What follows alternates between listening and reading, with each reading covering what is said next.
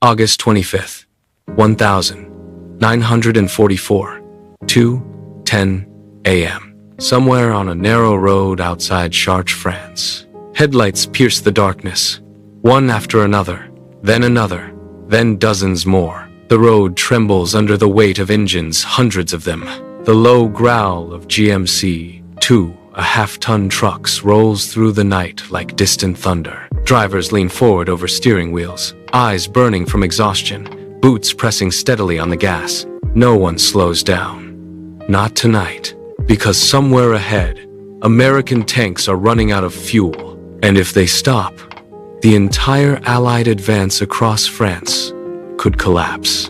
A young driver named Private First Class James Walker wipes sweat from his forehead with a grease-stained sleeve.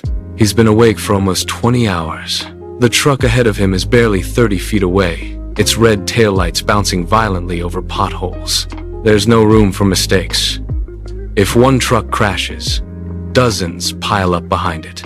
The convoy snakes through the darkness like a steel river. Painted on the front bumpers of each truck is a bright red circle, a symbol, a warning, a promise. This road belongs to the Red Ball Express, and tonight, the entire Allied invasion depends on how fast these trucks can move. Just 3 months earlier, on June 6th, 1944 D-Day, the Allied armies stormed the beaches of Normandy. The world remembers the landings, the explosions, the soldiers charging through surf under machine gun fire. But what came after the beaches was something far more complicated. August 26th, 1944, 3:45 a.m.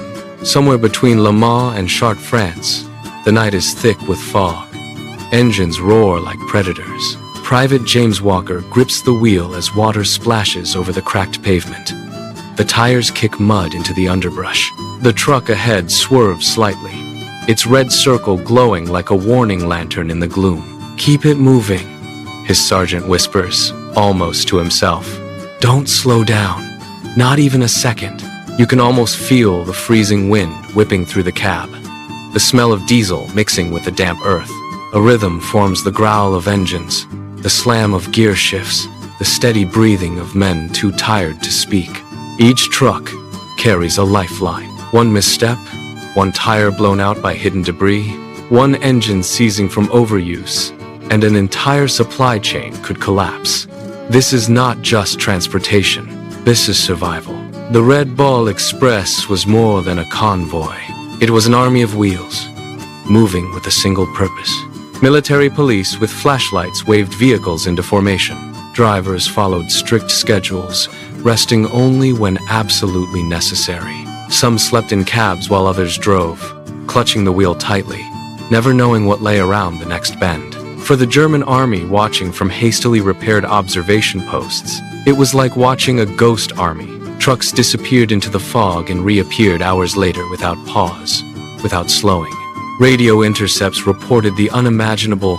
August 27th, 1944, 6:30 a.m.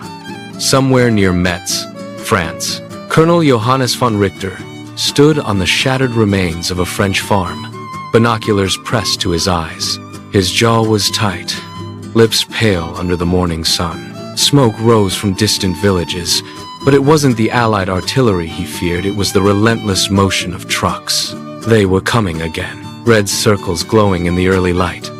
Line after line of trucks, stretching as far as the eye could see.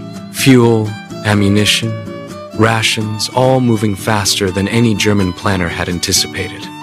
"Unbelievable," he muttered. "They move as if the road itself carries them."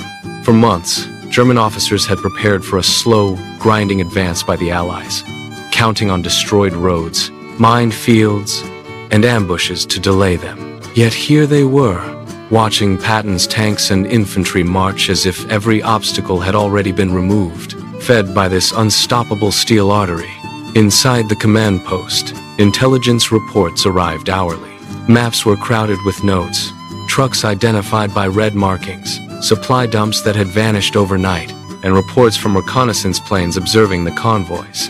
Major Friedrich Keller, A young officer tapped his finger on the map. They've reached Shards and still pushing east. Our units can't catch up. Von Richter slammed his fist on the table. It is impossible! How can one army move this fast across our territory? The truth was something he couldn't. August 28th, 1944, 11:15 p.m. near Reims, France. Darkness swallowed the convoy like a predator.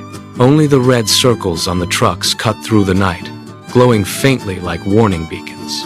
Engines growled in unison, tires rattling over rubble-strewn roads. The hum of hundreds of vehicles was punctuated by the occasional clang of metal hitting debris, a reminder that the road was a battlefield in itself. Private James Walker gripped the wheel until his knuckles whitened. A bridge ahead, partially destroyed, forced the convoy to funnel into a single lane. Dust choked the air. Sweat and diesel mixed on his brow. Every second stretched into a lifetime. Behind him, trucks honked, warning of the tight squeeze. Ahead, drivers navigated jagged edges and gaping holes in the asphalt. The Red Ball Express could not afford a single mistake. Not tonight, not now. German forces had been watching. From hilltops and ruined villages, panzer units and artillery batteries waited for the moment to strike. They knew the convoy was vulnerable. Night offered cover, but also opportunity. Fire on that lead truck, an officer shouted. Shells screamed across the convoy, exploding with violent flashes that lit up the trees. Walker ducked instinctively as a nearby explosion shook his truck. Dust and splinters filled the cab.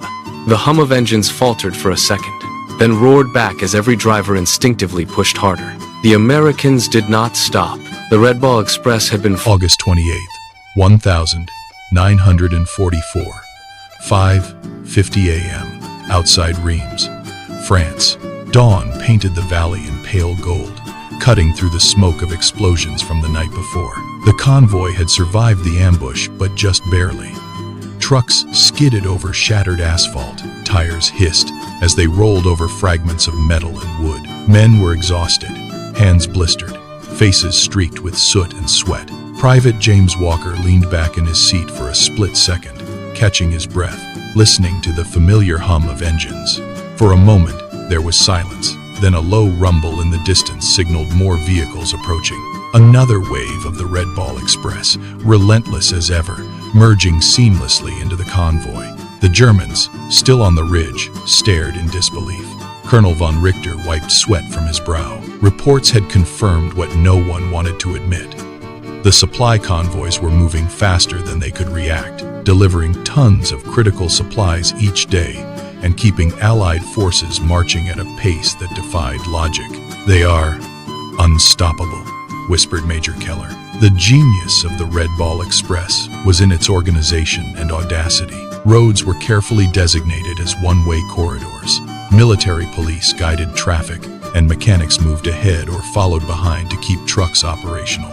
Drivers rested in shifts, or not at all, sleeping in their cabs if they had to, tied to the wheel to avoid accidents. Convoys ran 24 hours a day, rain or shine, mud or dust.